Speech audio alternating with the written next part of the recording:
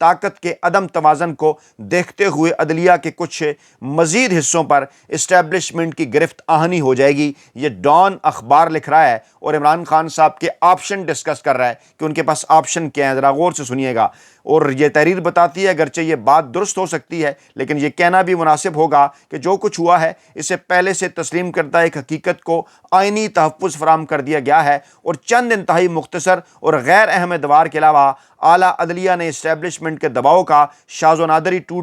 اس طرح سے ڈٹ کر مقابلہ کرنے کی کوشش کی جیسا کرنے کی کوشش کی جا رہی تھی۔ اور جناب اس سے پہلے ان کے سامنے کیا ہے؟ سابق چیف جسٹس محمد منیر کا بدنام زمانہ فیصلہ ہے، اور اس کے بعد پھر معاملات کو آگے لے کر چلیں تو پھر ایوب خان کا دور ہے، ذوالفقار علی بھٹو کی برطرفی اور سزائے موت ہے، پھر 1988 سے 99 تک جس طرح سے فوج کے قبضے تک کئی حکومتیں برطرف ہوئیں، اور 90 کی دہائی کے اندر پھر سپریم کورٹ نے کب کسی کو انصاف دیا، کب عوام کا دفاع کیا۔ اس سے پہلے عدلیہ جو ہے وہ 2 منتخب وزیر اعظم کو بھی گھر بھیج چکی، اور اس کے بعد پھر اسٹیبلشمنٹ کی رہنمائی کے اوپر اس نے یہ سارا عمل کیا، اور پھر فوج کے سامنے کھڑے ہونے والے چند جج مستثنا تھے، اس سے زیادہ کچھ نہیں۔ اور ہر وہ جج جس نے بندوق کی مرضی کے آگے سر نہ جھکایا اور پیچھے ہٹنے کا فیصلہ کیا، شاید درجنوں دیگر ججز اس جج کی جگہ لینے کو پیچھے جو ہے وہ نہ ہی سر جھکایا نہ ہی پیچھے ہٹنے کا فیصلہ کیا، لیکن شاید اب جو ہے وہ درجنوں جج اس جج کی جگہ لینے کو تیار ہیں۔ آگے تصویر دی گئی ہے جناب اطہر من اللہ صاحب کی،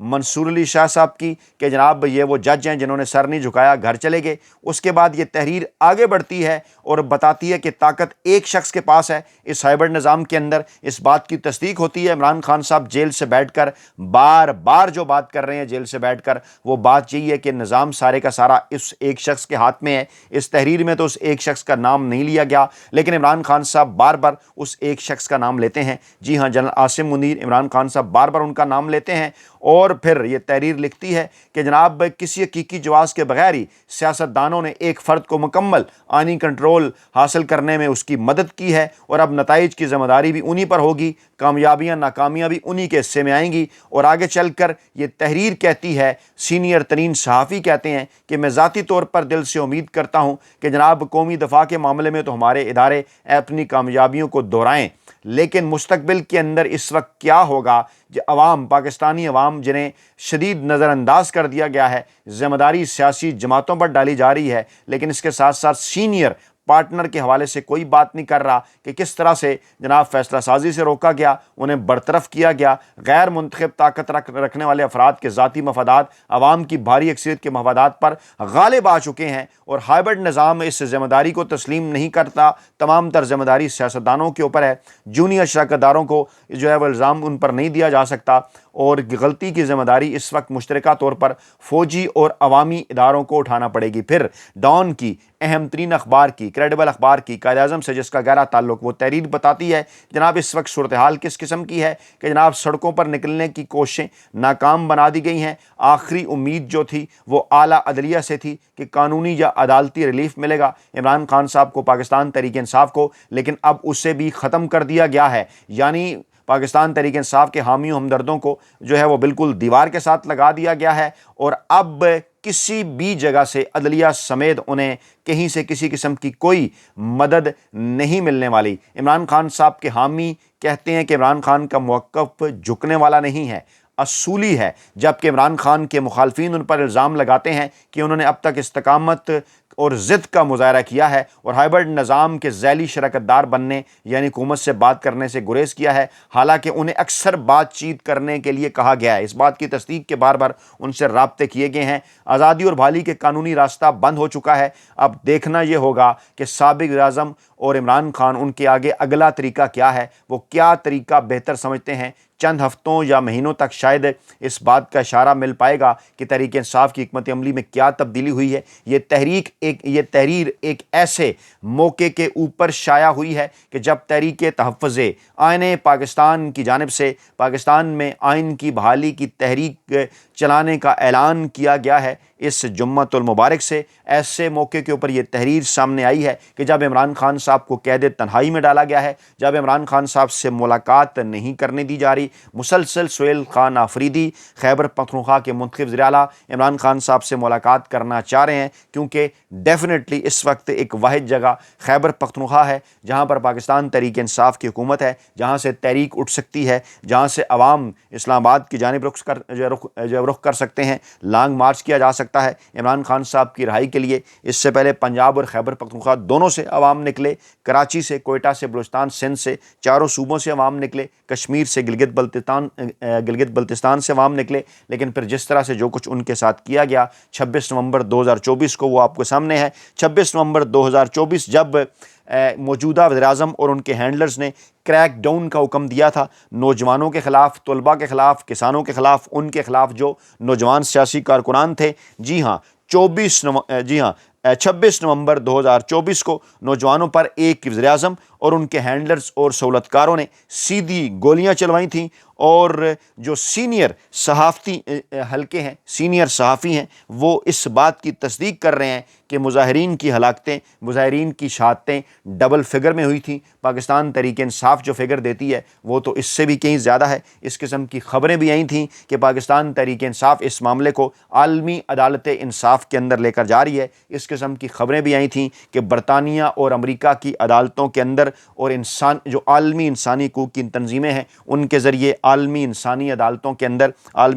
اندر انصاف حاصل کرنے کی کوشش کی جائے گی۔ اس قسم کی خبریں بھی آئی تھیں کہ موجودہ جو ہائبرڈ رجیم ہے ان کے خلاف برطانیہ، امریکہ میں جو ہے وہ اس قسم کے آثار نظر آ رہے ہیں کہ جناب جب وہاں پر طاقتور حلقوں نے وزٹ کیا تھا، دورہ کیا تھا، ان کے خلاف مظاہرے ہوئے، آثار نظر آ رہے تھے کہ عالمی عدالتوں کے اندر ان کے خلاف 26 نومبر کا قتل عام جو ہوا، سینئر صحافیوں کے مطابق ان کے حوالے سے ان پر کیسز چلائے جائیں گے، لیکن ایسا ابھی تک پاکستان میں تو نہیں ہوا۔ لیکن اس ویڈیو کے شروع میں جو میں نے تحریر آپ کے سامنے رکھی، جو میں نے خبر آپ کے سامنے رکھی، جو میں نے فیصلہ آپ کے سامنے رکھا، وہ ہمیں بنگلہ دیش میں ہونے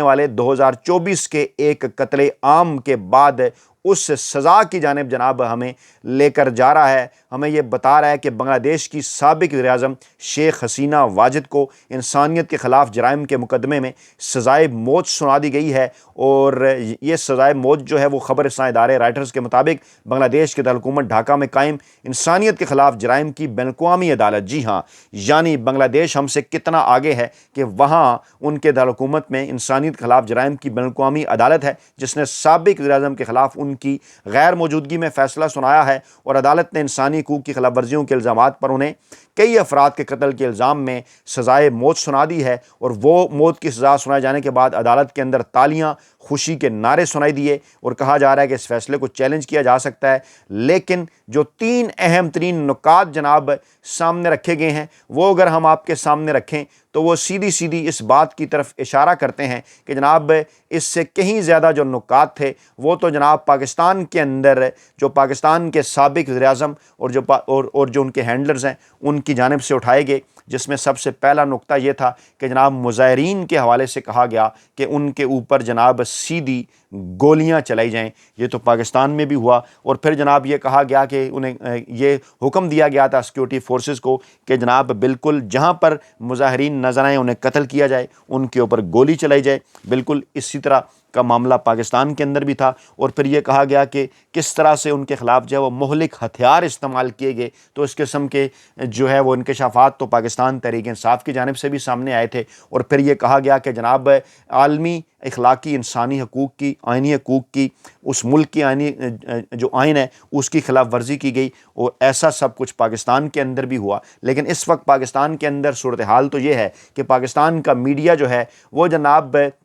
جسٹس اطہر امین اللہ صاحب جو ریزائن کر گئے ہیں، جو کہ استعفیٰ دے کے گھر چلے گئے ہیں، ان کے ایک تاریخی فیصلے کو سیلیبریٹ کر رہا ہے، ان کے ایک تاریخی فیصلے کے اوپر ہیڈ لائن چلا رہا ہے۔ اور وہ تاریخی فیصلہ کیا ہے جسٹس اطہر امین اللہ صاحب کا؟ وہ تاریخی فیصلہ یہ ہے کہ سپریم کورٹ نے وراثت سے متعلق کیس کا فیصلہ جاری کر دیا ہے، اور سندھ ہائی کورٹ کا فیصلہ برقرار رکھا ہے، اور درخواست گزار کی اپیل خارج کر دی ہے، اور جناب بلکہ جو درخواست گزار تھے ان پر 5 لاکھ جرمانہ کر دیا ہے کہ 7 دن کے اندر یہ جمع کروائیں فرمائیں اب یہ فیصلہ کیا ہے؟ فیصلہ جناب یہ ہے کہ وراثت کا حکم جو ہے وہ خدائی حکم ہے، اور عورتوں کو محروم کرنا وراثت سے آئین اور اسلام کی واضح تعلیمات کے منافی ہے۔ بالکل جناب، ہم بھی اس کی تعریف کرتے ہیں، یہ ایک تاریخی فیصلہ ہے، ہم اس کی تعریف کرتے ہیں، اور لیکن یہ فیصلہ پہلے سندھ ہائی کورٹ سے بھی آ چکا۔ یہ فیصلہ قرآن کا فیصلہ ہے، یہ فیصلہ رب کا فیصلہ ہے، یہ فیصلہ جو ہے وہ ہمارے آخری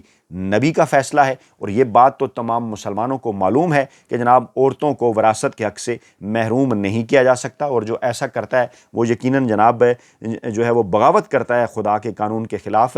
اور اب اس قسم کا فیصلہ جس کی بڑی تعریف کی جا رہی ہے، ہم بھی اس کی تعریف کر دیتے ہیں، لیکن سوال ہم یہ اٹھاتے ہیں کہ کیا پاکستانی عدالتیں آج اس قابل ہیں کہ پاکستانی عدالتوں سے بھی بالکل اسی قسم کا کوئی فیصلہ آئین، قانون اور انصاف پر مبنی ان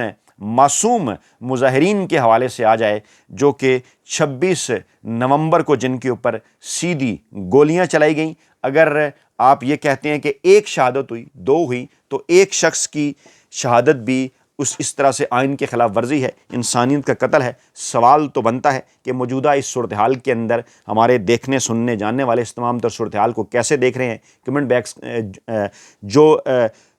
آپ جو ہے وہ یقینی طور پر اپنی رائے کا جو اظہار ہے وہ ضرور کیا کریں کمنٹ باکس کے اندر، لیکن خاص طور پر اس ویڈیو میں آپ کی رائے کا اظہار از حد ضروری ہے۔ اپنا بہت خیال رکھیے گا، دعاؤں میں یاد رکھیے گا۔ نئی ویڈیو کے ساتھ جلد حاضر ہوں گے۔ اللہ نے کے بعد۔